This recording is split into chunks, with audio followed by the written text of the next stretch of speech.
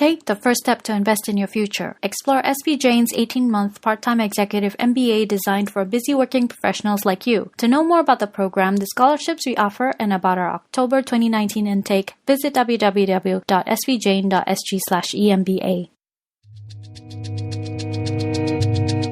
Innovation actually doesn't reside in an individual, nor does it really reside in a specialism. Innovation is created. It's the spark where two different people collide.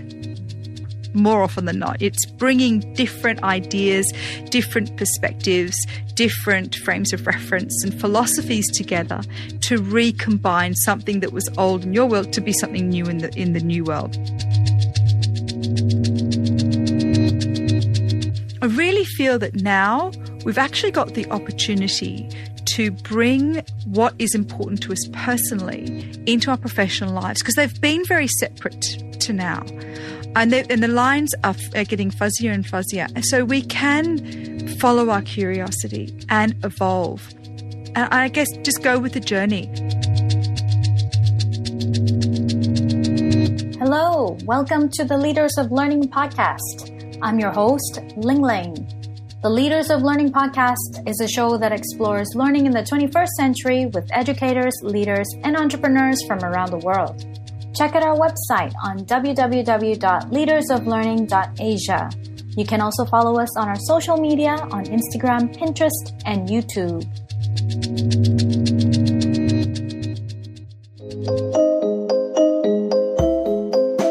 Career development used to be a straightforward and predictable path.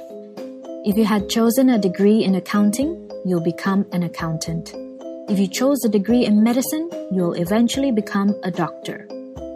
In recent years, we see careers such as social media manager, data scientist, blockchain developer, fintech, AR artist, and many more. They emerge where no degree had existed could prepare anyone for. No longer are careers about climbing ladders. Rather, it has become a mosaic of skills and interests. A hybrid of multiple skill sets converge to create new roles that never existed before. Therein lies endless possibilities in shaping one's career. Here to help us make sense of this new paradigm of career development is Philippa Penfold, or simply known as Pip. Pip has 20 years of corporate HR experience before embarking on her hybrid career journey. In the course of Pip's HR work, she spent endless hours supporting the learning and development of employees and has seen the change from career ladders to hybrid careers firsthand. Today, Pip brings together HR and tech through research and education to help HR build future workplaces we all want to work in.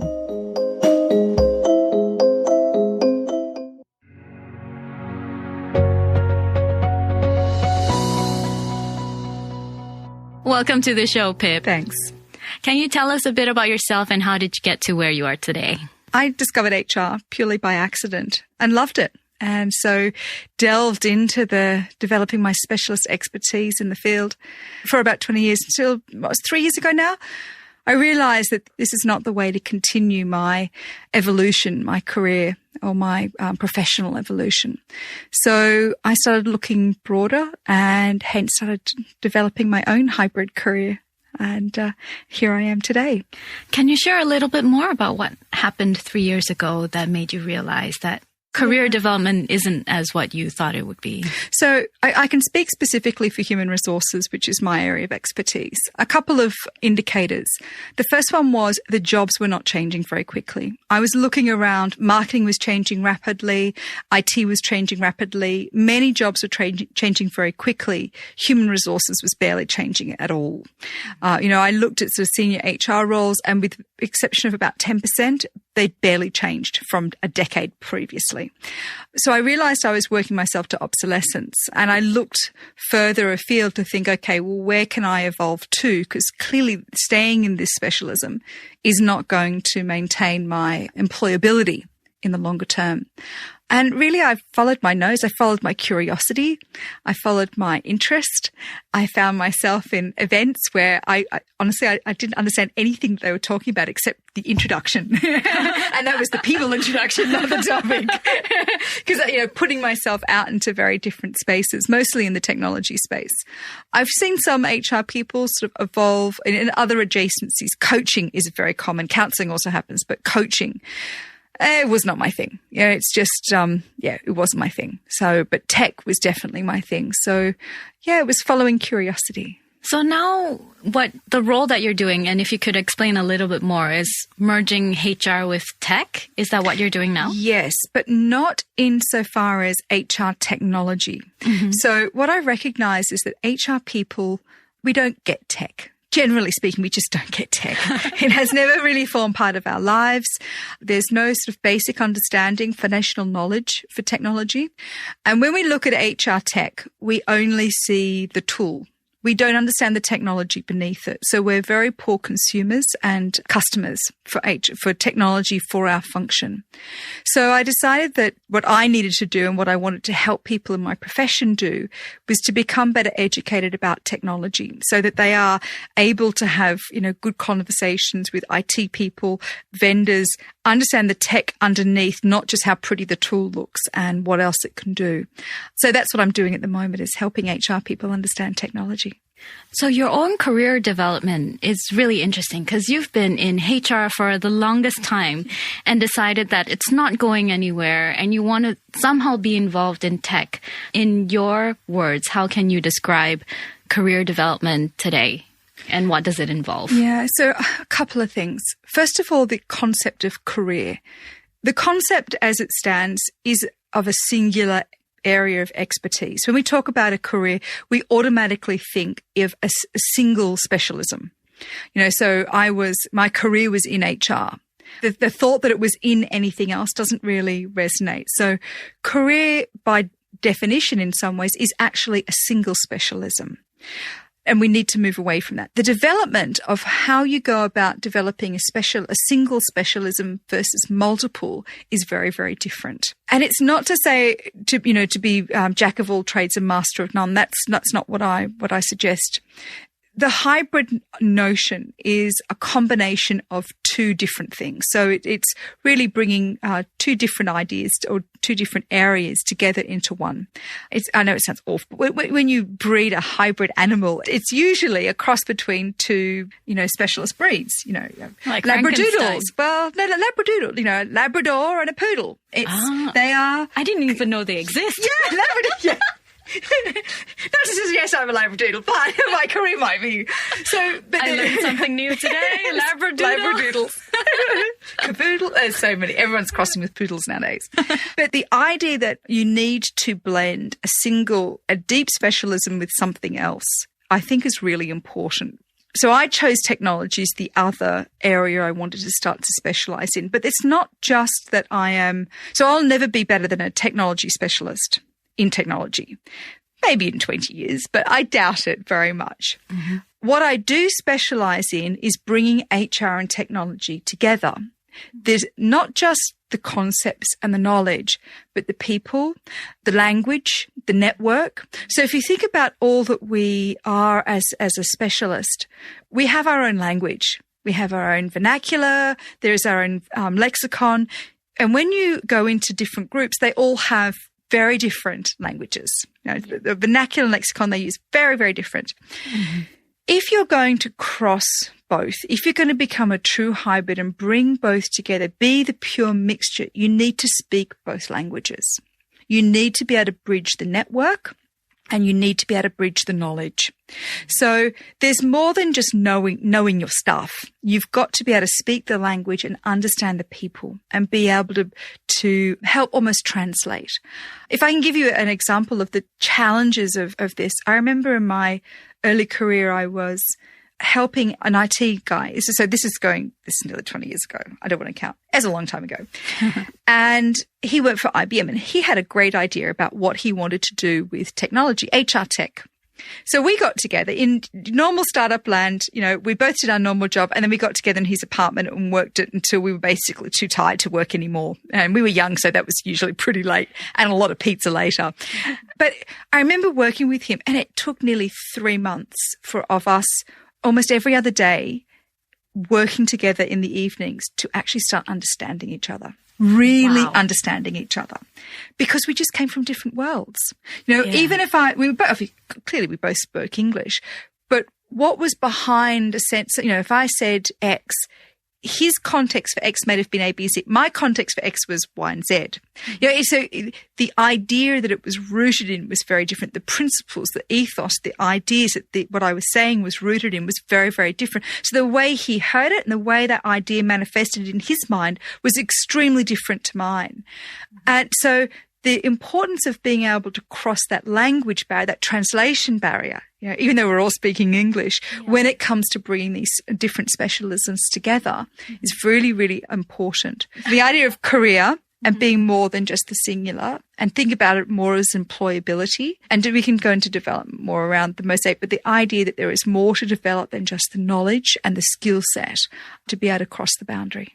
This mindset of unique combinations of different kinds of knowledge space would have been more useful 10 years ago, because coming out, if I said, I studied engineering, but I switched to psychology, the general mindset in the workforce is like, you cannot make up your mind. Yes, we've got a long way to go with this. And I've seen this from the inside of being in HR and how we treat people that have moved around. You can't make up your mind. And other things that are not as polite. I really think we're underestimating the fluidity, the different perspectives, the adaptability, the different mindsets that it develops, the appreciation for different ways of looking at things. It's still like we're stuck in the old way of appreciating career. Like, in the old days, you joined a company, you specialized in what you were doing, you did your uni, and the goal was to get the best, the deepest, the most expertise in that area, in that field. That was the old way of winning. So I think what I'm seeing is, so obviously my career is over 20 years and the first 10, it was very much, specialist, but it's been breaking down for certainly over the last 5, definitely. Between 5 to 10, I've seen it start to disintegrate as well. Yes, there are pockets that still appreciate the depth. That's what our parents told us. That's what everybody told us that we were supposed to do. It's how the system is built. Exactly. So the disintegration of the existing system is taking longer for a lot of us. We want to move into this space. A lot of people are either frustrated that they can't go much further and they've been specializing for 20 years and you're like, well, what am I going to do now? Because it's just, it's like Groundhog Day. Or they've done different things and it's never been valued as being able to bring these things together. But I see 2 things that are changing this. One is technology and the speed of change that it is bringing about. So we all know that the speed of change has been increasing and it only will continue to do so. Yep. I think that people and companies that do not change now will be left behind. So it's arguable people who are developing hybrid careers or hybrid employability, if you will, are they early adopter or early majority? I think it depends on the job and it depends on the area. I still think some are mostly early majority and a few are early adopter. As an independent podcaster, I've dedicated hours and sweat to bring to you great content on professional and organizational development. I'm ever so grateful to be supported to keep the podcast show running. Let's take a break and hear from our partners. Have you been contemplating whether an executive MBA is the right career strategy to achieve your professional goals? Well, it's time you made that shift from being an individual contributor to a forward-looking leader. Go beyond domain knowledge and functional expertise to claim your leadership position. Start by exploring the 18-month part-time executive MBA at SP Jain School of Global Management. The SP Jain eMBA is designed to enable senior professionals like you acquire strategic business and leadership skills. Its part-time and flexible structure allows learning without interrupting your career. Study with highly accomplished and like-minded peers from diverse backgrounds and graduate with a globally recognized Australian degree. Want to know more? Visit www.spjain.sg/emba to start shaping your future today. Let's get back to the show.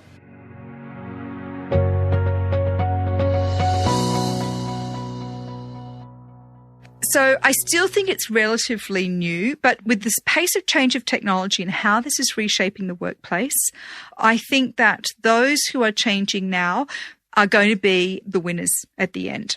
Because while things we're at that weird pace, we're actually straddling two industrial revolutions, if you like. This whole idea of 3.0, 4.0, whatever you want to call it. But we're in this state of flux right now. And managing a career or employability, lifetime employability in this era is very difficult to do because we feel that we're supposed to be doing something. We know that we're supposed to be doing one thing, and yet the system has still not disintegrated sufficiently to allow us to do it well.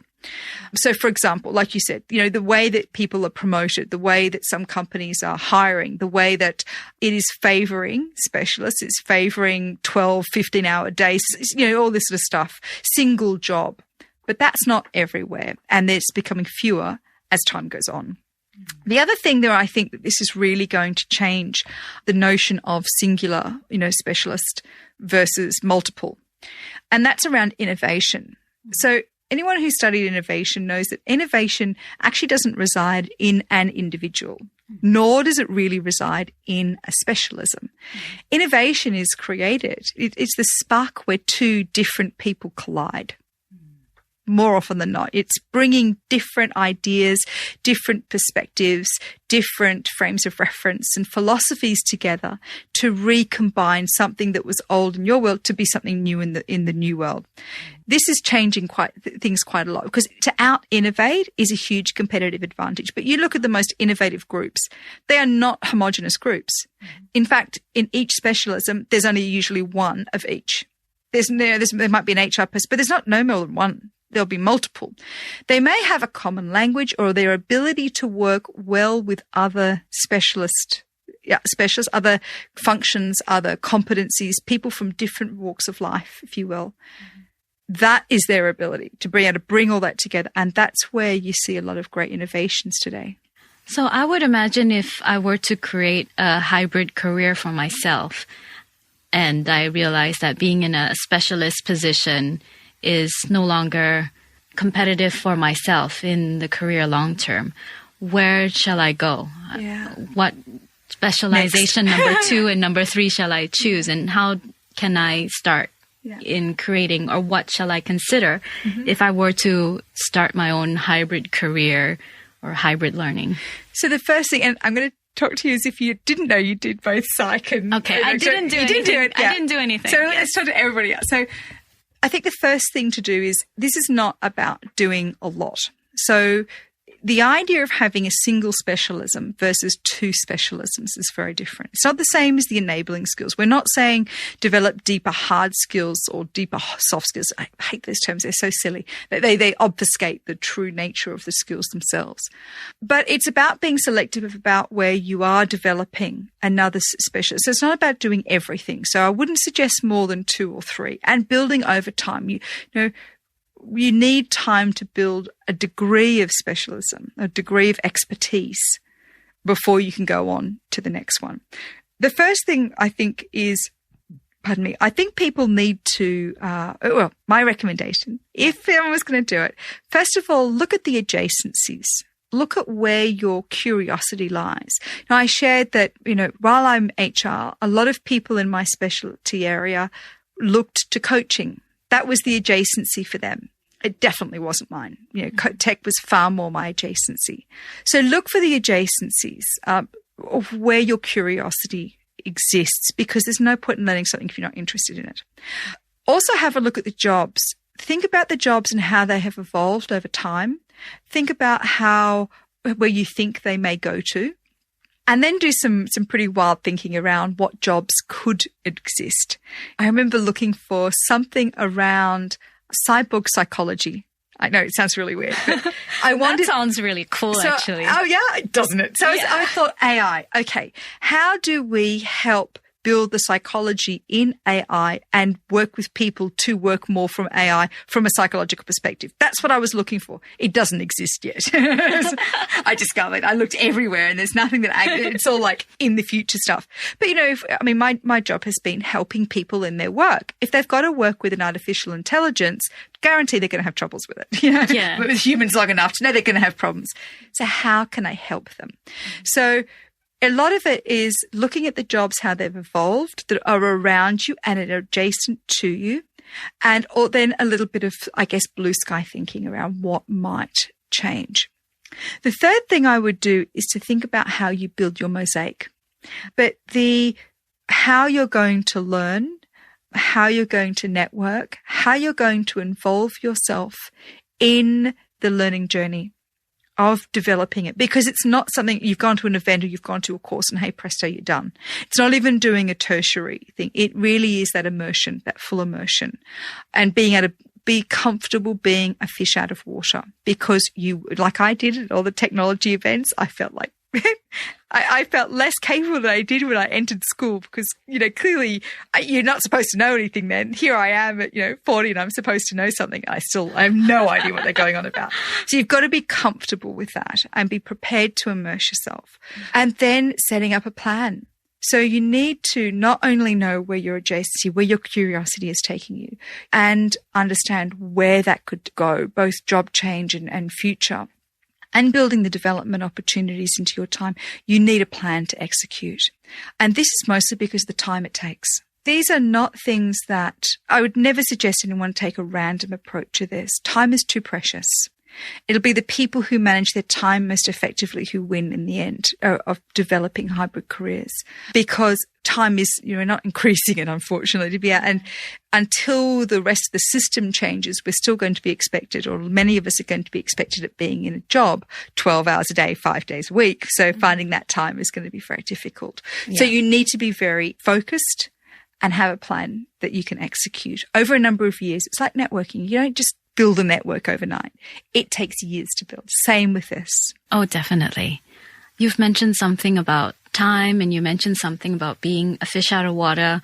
And I can already foresee people who want to shift from singular career to hybrid career, they might face many challenges. Mm-hmm. What other challenges do you foresee that people might face when they want to switch from singular career to hybrid career? Yeah. I think I'll speak personally, I guess. The first one is family expectations. Because, don't we all have that? Because, I sort of feel sorry for parents, because the world they grew up in and the world that we are now trying to operate in is completely different. The rules don't apply anywhere near like they used to. I'm sure other generations have said this, but because of the pace of change, the rules are applying less and less. So it is very difficult doing what doesn't even make sense to your family, let alone not what they are supporting. So that is a big, and then our own mind shift. The idea that we develop special, expertise over time, and we have to prioritize this. What we're doing by prioritizing this is prioritizing our employability, because we've been raised with that idea that expertise in one is the way to win. Even though we fundamentally know we still don't really do it comfortably. We still have that mindset where we still have to have that one really good thing that we're supposed to be able to do better than anybody else. So I think that's another thing that makes it really difficult. I think also the amount of learning opportunities. So I've talked about time as a resource. I still think it's the most important resource, and being able to plan your execution. So there are a lot of freely available events. So here in Singapore, I've been making good use of SG Innovate. It's a deep tech, sort of government-sponsored, public can rock up. I understand about half of what's going on nowadays, and that's about it, depending on the topic. But it's a great way of immersing myself in the deep tech space for free. But there are meetups, there are LinkedIn groups, there are Facebook groups, there are the General Assembly groups. There's so many out there that you can get involved in, because it's not just the fancy title or of the school, it's the network. It's being around the people who are talking the language you need to learn, that you're interested in learning. So I think being able to take it away from this formal education and understanding it more holistically is really important and difficult for a lot of us. I remember the shift we made in HR, 15 years ago. The cool thing was on-the-job training. Feels like so old school now. And we really struggled. We wanted to systematize it. Because of course, what does HR do? We put systems and rules around everything. Sorry about that. But that's what we do. Yeah. So trying to create a system where people could use this was really, really tough. What were the outcomes? What were the inputs? Managers were completely confused. In fact, they were probably the only ones more confused than us. We just pretended that we knew what we were doing. So, but the time and the other financial resources, no company, very few companies are investing in education. Some are, but generally speaking, we're on our own. We've been on our own for a while, and it's becoming more and more. And if, let's say, I sort of have a plan of wanting to embark on this hybrid career, what is it that we need to plan around the learning so that we can, start our journey on this hybrid career? Yeah, I think it's very difficult to put a blank sheet of paper out in front of anyone and with their own plan. Everyone has to do it themselves. Okay. Because you've got to work out, first of all, remember the curiosity. Where are you curious? What do you need to develop before you even decide how to develop it? Mm-hmm. People will need to decide what's more important. Time with family, time on study, time on what? How much money is there to go around? Do we need to do something, pay a lot of money for a formal education or not? Is that not something that I need to do? It's not necessarily that people have to do it. It just depends on what is available for someone else to do, for someone to do. So I think, and this is why I love the idea of a mosaic. A mosaic is, you could give 5 people exactly the same number and color of tiles. So mosaics, it's all the little tiles that make a picture. Yeah. You could give everybody exactly the same number and color of tiles, and the picture they will create will be completely different. And I think this is why I like the idea of developing a learning mosaic, because it allows everyone's got different colored tiles, but you can develop your own picture, one that works for you. You may be, a good networker. You are more likely to want to do something in a classroom or in a group or in a meetup or a social occasion than something online. Not to say one is better than the other, and there's definitely opportunities for both. Yeah. The question is what works for that person. So looking at it holistic, understanding the expertise, the knowledge, the skills, the repetition, the language, the vernacular, the lexicon, the network, the people. We have a network quotient, a network capital. Whenever we go to a job, we bring our network with us. We can use it or not, depending, but there's a value of that. So how are we developing it? It might be that actually that's what someone needs to develop most, being able to bring in other expertise. So I think it's hard to give a specific recipe. I think that people need to be more creative around what they're doing and move away from the education. It's really hard, you're very unique. The fact that you did a master's in psychology, very unusual for someone who hasn't done. So if you ask most people, what are they going to do their master's in, if they haven't done one already, a lot of people just automatically do an MBA if they're in business. Yeah. Then they're mostly going to say a master's in what it is they're already doing. Yeah. Yeah. Most likely. Yes. I've done the same. Yeah. Way back way. So, but what about something else? Mm-hmm. What about doing a postgrad diploma in something else? What about doing something online or an executive education in something else? I think there's stacks of stuff out there. Once you know where your curiosity lies, what resources you're willing to put into it, and where you see the opportunities evolving, then I think it sort of narrows down what you've got, and you can build your own mosaic. You can build your own picture from that. I like the idea of a learning mosaic and how that there isn't a recipe, there isn't a set plan on how to build a hybrid career, because if there is a set plan, we'd all be stuck in a box. We would limit our creativity, whereas the idea of a hybrid career means that we can have all sorts of combinations with our career and be as creative as we want to be, depending on where the job and the industry is going. And most importantly, you keep mentioning this, is your curiosity, which I find that as if you are specialized in something for too long, sometimes the curiosity becomes less and less. And completely. Well, sorry, I'm talking about personal experience. I don't think I can live without my curiosity, because I'm curious. I try all sorts of things, including starting this podcast show and reaching out to people like you. So I've gained so much. You're for a prime being example. What you've done is exactly, it's really cool. If you have one advice for someone who wants to embark on a hybrid career, what would that advice be? I think you actually mentioned it already. It is the curiosity. Be curious and embrace your evolution. There is no more, one definition of success. You said put us in a box. I'm really sorry. HR, we've been doing that for years. It's so much more easy to control people when they're in a box. Because your job is to create boxes and put people in boxes, but right? That's now the enemy. It's the enemy of innovation. It's the enemy of change, evolution. We need to embrace our own evolution. It's that moment that we feel ourselves, dragging our feet, trudging to work. This spark is gone.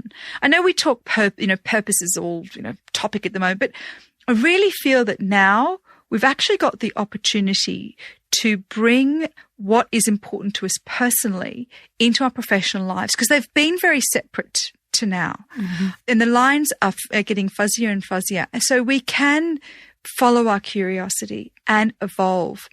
And I guess just go with the journey.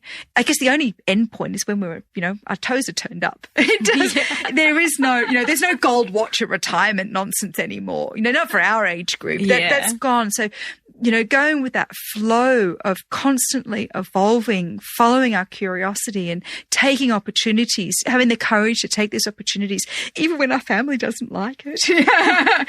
That's it. Just go with the flow. And if you're thinking, when should I do it? The answer is now. Just start. I think your words of just turn up are really spot on. Pick something and analyze. Make sure you're doing the right thing, but just start. You don't have to start big. But anyone who starts now, I believe, is at the front of the curve and will be better positioned later on. They have more opportunity to move to different roles, to do different things. They will become more flexible, adaptable. All these, you think agile. I was hoping we'd get through without using that horrible word, overused word. But just start. Just start. That's perfect. If our listeners would like to get in touch with you, how can they do so? LinkedIn. I'm on LinkedIn. Okay. LinkedIn, email. I know it might be, it's often got a lot of spam in there. People asking me for jobs. I think I'm going to help them get a job. I can't help anyone get a job, for the record. But LinkedIn is an easy place to get in touch with me. Fantastic. Thank you so much for your time, Pip. I really enjoyed this conversation. Me too. Thanks so much. Thank you. Thanks, bye. That was Philippa Penfold, or also known as Pip. She is the founder of People Collider, with the mission to help HR to build future workplaces by bringing together HR and tech through research and education. We just spoke about developing hybrid careers. In our next episode, we'll speak to Steven Sutantro, a lifelong learning and multi-award educational technology coach with international certification from Google, Apple, National Geographic, and many more. Steven will share his experiences in adopting technology for education.